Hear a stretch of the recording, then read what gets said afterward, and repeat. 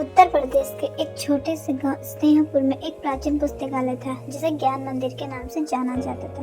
यह पुस्तकालय गांव की धरोहर थी जहां सदियों पुरानी पांडुलिपियां और ग्रंथ सुरक्षित रखे गए थे। गांव के बुजुर्गों का मानना था कि इन पुस्तकों में अनमोल ज्ञान छिपा है जो आने वाली पीढ़ियों के लिए मार्गदर्शक सिद्ध हो सकता है।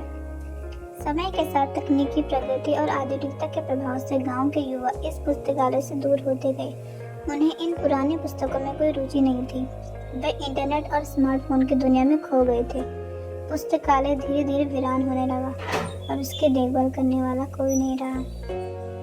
एक दिन गांव के प्रधान को एक पुराना पत्र मिला जिसमें लिखा था कि ज्ञान मंदिर में एक ऐसा रहस्य छिपा है जो पूरे गांव की तकदीर बदल सकता है। यह पत्र 50 साल पहले के प्रधान द्वारा लिखा गया था जो अब इस दुनिया में नहीं थे।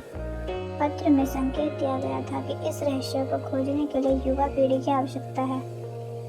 प्रधान ने गांव के कुछ उत्साही युवाओं को इकट्ठा किया और उन्हें इस रहस्य की खोज में शामिल होने के लिए प्रेरित किया। उनमें से एक था अर्जुन जो शहर में पढ़ाई कर रहा था और छुट्टियों में गांव आया हुआ था। अर्जुन इस मिशन को नेतृत्व करने का निर्णय लिया।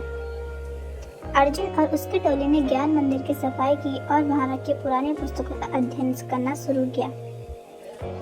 उन्हें एक पुस्तक मिली जिसमें गांव के इतिहास और संस्कृति के बारे में विस्तृत जानकारी थी। इस पुस्तक में एक नक्शा भी था जो गांव के पास स्थित एक प्राचीन गुफा पर इशारा कर रहा था।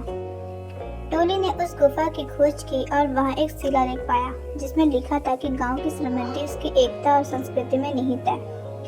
शिलालेख में यह भी उल्लेख था कि यदि गांववासी अपनी संस्कृति और परंपराओं को भूल जाएंगे तो वे अपनी पहचान खो देंगे।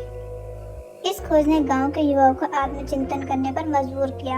उन्होंने महसूस किया कि आधुनिकता के पीछे भागते हुए वे अपनी जड़ों से दूर हो गए हैं। उन्होंने निर्णय लिया कि वे अपनी संस्कृति, परंपराओं और धरोहर को पुनर्जीवित करेंगे। युवाओं ने गांव में सांस्कृतिक कार्यक्रमों का आयोजन करना शुरू किया जिसमें लोक नृत्य, संगीत और नाटक शामिल थे।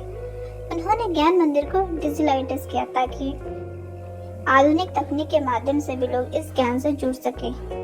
गांव में एकता और समृद्धि का माहौल बन गया और स्नेहपुर फिर से अपनी पुरानी पहचान की ओर लौट आया।